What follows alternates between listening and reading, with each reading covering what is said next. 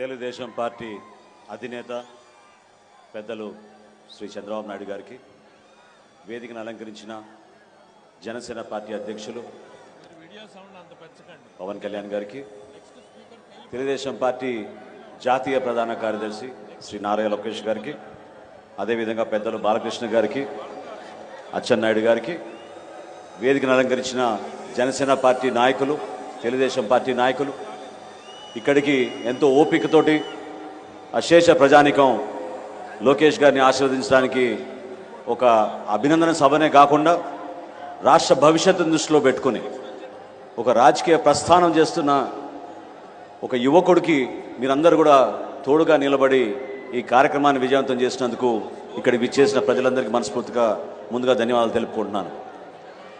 ఇటువంటి సందర్భం చాలా సంవత్సరాల నుంచి రాష్ట్రంలో ఎదుర్కొన్న దాష్టికాలు, విపరీతమైన దౌర్జన్యాల్ని చూస్తూ ప్రజలందరూ కూడా కోరుకున్న విషయం, జనసేన పార్టీ తెలుగుదేశం పార్టీ కలిస్తే రాబోయే ఎన్నికల్లో ఖచ్చితంగా ఒక అద్భుతమైన పరిపాలన, ఒక మంచి ప్రభుత్వం వస్తుందనే భావనతోటి అనేక మంది ప్రతి సందర్భాల్లో కూడా ఎదురు చూస్తూనే ఉన్నారు.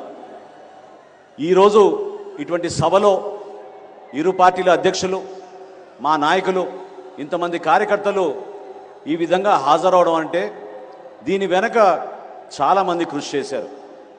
వారందరికీ మనస్ఫూర్తిగా నేను అభినందనలు తెలుపుతున్నాను. ఎందుకంటే అనేక అవమానాలకు గురయ్యాం, అనుమానాలకు గురయ్యాం, రకరకాలుగా వేధింపులు, కేసులు, ఎక్కడ చూసినా కూడా పార్టీ నాయకత్వం ఎదగకూడదని అన్ని స్థానాల్లో కూడా ఇబ్బంది పెట్టడానికి ఒక ప్రయత్నం చేస్తూనే వచ్చారు.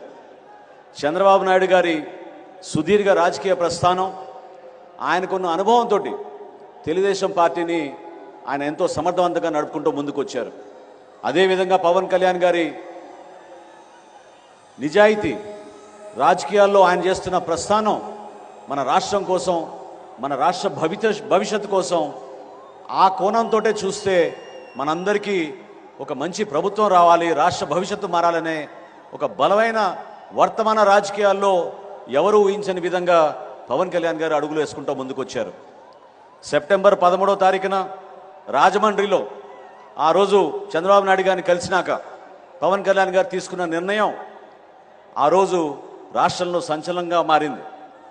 అనేక ప్రాంతాల నుంచి ప్రజలందరూ కూడా హర్షించడమే కాకుండా కష్టకాలంలో రెండు పార్టీలు కలిసినప్పుడు అక్కడ ఎదుర్కోవాల్సిన సమస్యలను కూడా అధిగమించుకుంటూ ఇంత దూరం మన ప్రస్థానం చేయగలిగాం. ఈరోజు మనందరం నేర్చుకోవాల్సింది, చూసి మనందరం అర్థం చేసుకోవాల్సింది, ఏ విధంగా కష్టపడి ఒక కార్యకర్తగా లోకేష్ గారు తెలుగుదేశం పార్టీ తరఫున నిలబడ్డారో. ఈరోజు ఈ సభ, ఈ సందర్భంగా నేను మీకు తెలుపుకుంటున్నాను. మొట్టమొదటిసారి ఆహ్వానం వచ్చినప్పుడు పవన్ కళ్యాణ్ గారి అభిప్రాయం ఏముండిందంటే లోకేష్ గారి నాయకత్వం పెంచాలి, ఆయన వరకే ఈ సభని, ఆయనే ముఖ్యమైన అతిథిగా ఉంటే ఈ సభకి గౌరవం దక్కుతుంది, ఆ సభకి కేవలం మనం వెళ్ళడం వలన పూర్తిగా మనం సంబంధించినట్టు కాదనే భావన వ్యక్తపరిచినప్పుడు నేను లోకేష్ గారికి తెలిపితే ఆయనలో ఉన్న స్పందించే మనస్తత్వం చూసి పవన్ కళ్యాణ్ గారు కూడా నిజంగానే చాలా ఇంప్రెస్ అయ్యారు. లోకేష్ గారు అన్న మాట ఏంటంటే, నా పాదయాత్ర ముగింపు సందర్భంగా చేస్తున్న సభ కాదు ఇది, జనసేన పార్టీ తెలుగుదేశం పార్టీ కలిసి మొట్టమొదటిసారి ఒక అద్భుతమైన విజయం సాధించే విధంగా ఒక చక్కటి సభను ఏర్పాటు చేసుకున్నప్పుడు దానికి ఖచ్చితంగా పవన్ కళ్యాణ్ గారు రావాలి, అవసరమైతే నేను అడుగు వెనకేస్తా తప్ప పవన్ కళ్యాణ్ గారిని ముందుని నడిపించే విధంగా మన అందరం కూడా ముందుకెళ్దామని చెప్పి ఆ రోజు ఆయన తీసుకున్న నిర్ణయాన్ని నేను మనస్ఫూర్తిగా అభినందిస్తున్నాను. రాబోయే రోజుల్లో కూడా ఈ అవినీతి ప్రభుత్వం ఏ విధంగా యువతకు నిరాశ కలిగించిందో, ఏ విధంగా యువతకును అంధకారం రెంటిందో మీ అందరూ తెలుసు. ఇక్కడి నుంచి కొంత దూరంలోనే రణస్థలంలో జనవరి మాసంలో జనసేన పార్టీ తరఫున మేము యువశక్తి కార్యక్రమం ఏర్పాటు చేశాం. ఆ రోజు యువతలో ఉన్న ఆందోళన, ఎందుకు మేము వలసలకు పోవాలి మా ఉద్యోగాల కోసం, ఎందుకు దూర ప్రాంతాలకి మేము మా గ్రామాలు వదిలేసి, మా తల్లిదండ్రులను వదిలేసి మేము ఇంత కష్టాలు పడాలనేది పదే పదే చెప్పుకుంటూ వచ్చినప్పుడు చాలా ఆశ్చర్యం కలిగించింది, ఇబ్బంది కలిగించింది. ప్రభుత్వాలు వచ్చినప్పుడు పార్టీలు కేవలం ఇక్కడున్న వనరులు దోచుకుంటున్నారు, లేదా ప్రత్యేకంగా ఇక్కడ ఏర్పాటు చేయాల్సిన ఉపాధి అవకాశాల గురించి మర్చిపోయి ఈ ప్రభుత్వం ప్రత్యేకంగా అసలు ఏమాత్రం కూడా శ్రద్ధ వహించలేదు.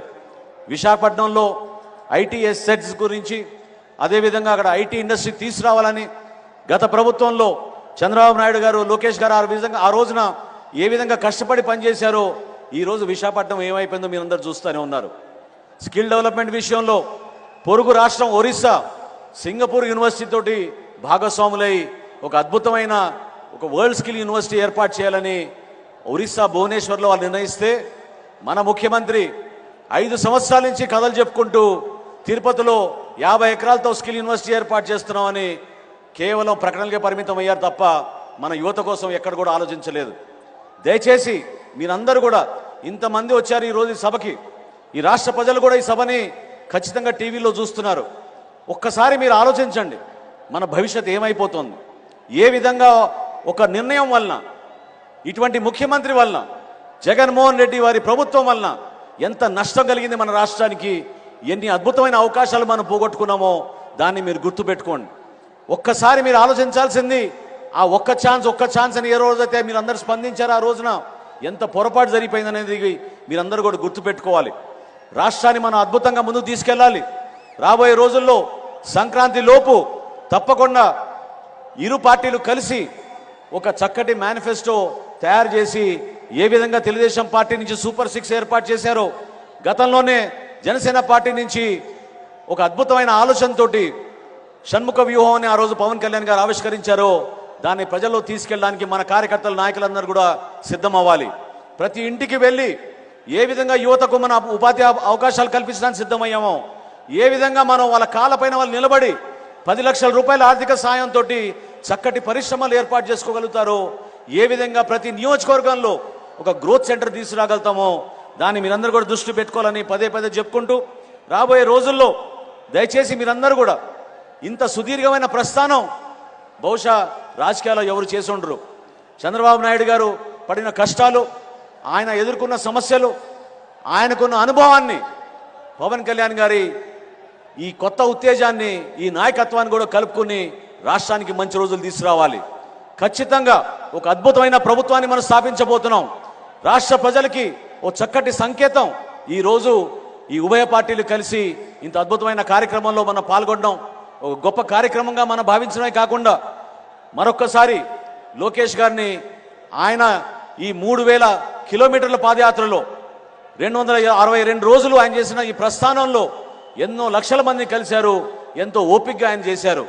మీకు వచ్చిన నాలెడ్జ్ని, విజ్డమ్ని ఖచ్చితంగా రాబోయే రోజుల్లో మన రాష్ట్రంలో మన ప్రజలకి అంకిత భావంతో మీరు పనిచేస్తారని, భవిష్యత్తులో జనసేన పార్టీ, తెలుగుదేశం పార్టీ కలిసి ఒక అద్భుతమైన ప్రభుత్వాన్ని ఏర్పాటు చేసి ప్రజలకి అంకిత భావంతో పనిచేస్తామని ఈ సందర్భంగా మరొకసారి మీ అందరికీ తెలుపుకుంటూ, జనసేన పార్టీ తరఫున ఏ విధంగా తెలుగుదేశం పార్టీకి అండగా నిలబడ్డామో రాబోయే రోజుల్లో కూడా అదే విధంగా మనందరం కలిసి పనిచేసుకుని ప్రతి నియోజకవర్గంలో, ప్రతి మండలంలో, ప్రతి జిల్లాలో కూడా మన నాయకత్వాన్ని మనం పెంచుకునే విధంగా, ఈ ప్రభుత్వాన్ని ఇంటికి పంపించే విధంగా మీరందరూ కూడా కృషి చేస్తారని కోరుకుంటూ, ఇంత చక్కటి అవకాశం కల్పించినందుకు ప్రతి ఒక్కరికి మనస్ఫూర్తిగా నేను అభినందిస్తూ, ఈ కలయిక రాష్ట్ర భవిష్యత్తుని దృష్టిలో పెట్టుకుని చేసిన కలయిక, దాన్ని మీరందరూ కూడా ఆశీర్వదిస్తారని, రాబోయే రోజుల్లో తెలుగుదేశం పార్టీ, జనసేన పార్టీ ఐక్యత ఖచ్చితంగా వర్ధిల్లాలని చెప్పి మనస్ఫూర్తిగా కోరుకుంటూ సెలవు తీసుకుంటున్నాను. ధన్యవాదాలు.